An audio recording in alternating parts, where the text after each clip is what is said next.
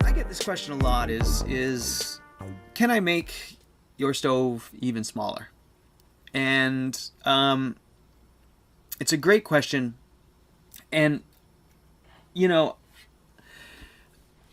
I hate to give like concrete yes, no, flat answers because I am an experimenter. And I do think everyone, if they're so inclined, should feel free and should be inspired to tinker and see what works for them and meets their goals and what they would accept.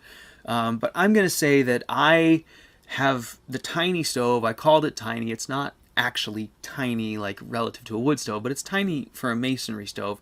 And I called it tiny because I can't see getting a stove that has really any, good broadly applicable function in a much smaller package using those types of materials. In other words, a brick type masonry stove. You can build like a little metal skin stove smaller. But to build a stove that has some mass and has some heating ability and some cooking ability, and it's just, I don't think you can get a much smaller. And the number one limiting factor, in my opinion, is the core. And it's really, really difficult it's not so much difficult to get the core much smaller. It's just that if you go down to the next sizes down in chimneys, you start shrinking the entire construction exponentially, and you get to a point where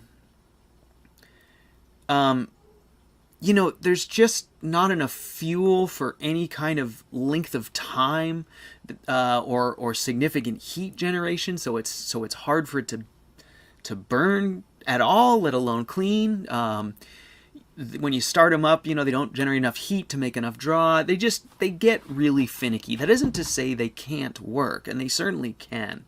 And if you have a real specific application and you will accept a real narrow range of function, then I do think there's some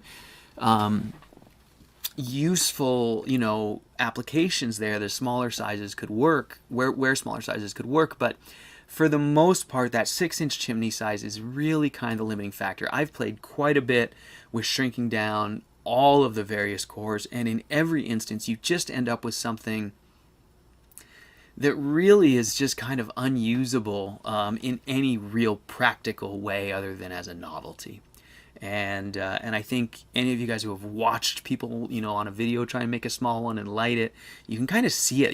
It's just the flame is small and the action is slow, and the deltas are narrow. The change in temperatures between the intake and the the outflow, and that means the change in pressure and it's just really difficult. And then on top of all that, then you have tiny format wood. So it is very, very difficult. And I'll talk a little bit more about that, but I'll get back up to your questions here. And say, let's see, I'm trying to get caught up here. So Sally Mufari says the masonry takes up a minimum volume of the total, basically. Yeah, Sally Mufari, that's a lot of it. I mean, it's two things. It's that the core has sort of a minimum internal volume for it to be practical. That's sort of the combustion minimum.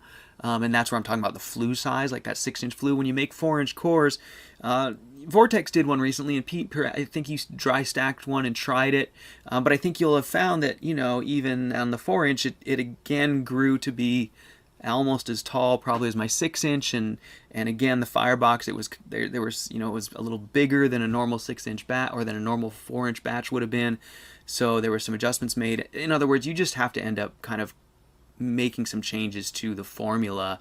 I think all around it's a compromise. But so I was talking about the volume and the core. That gives you one minimum. And then, yes, Sally Mufari, as soon as you add bricks, you have another, there's minimum volume there too. Like if you just took all the bricks and squish them as small as you can, you're going to still end up with a significant amount of volume there. So between those two things, it's hard to make a masonry cook stove. And I think a rocket stove kind of needs to be masonry or heating hydronic. It needs to be heating some mass, as we've talked about that before, because they just burn so quick. They're not much good without some kind of thermal store. So yeah, so that's my take on making them small.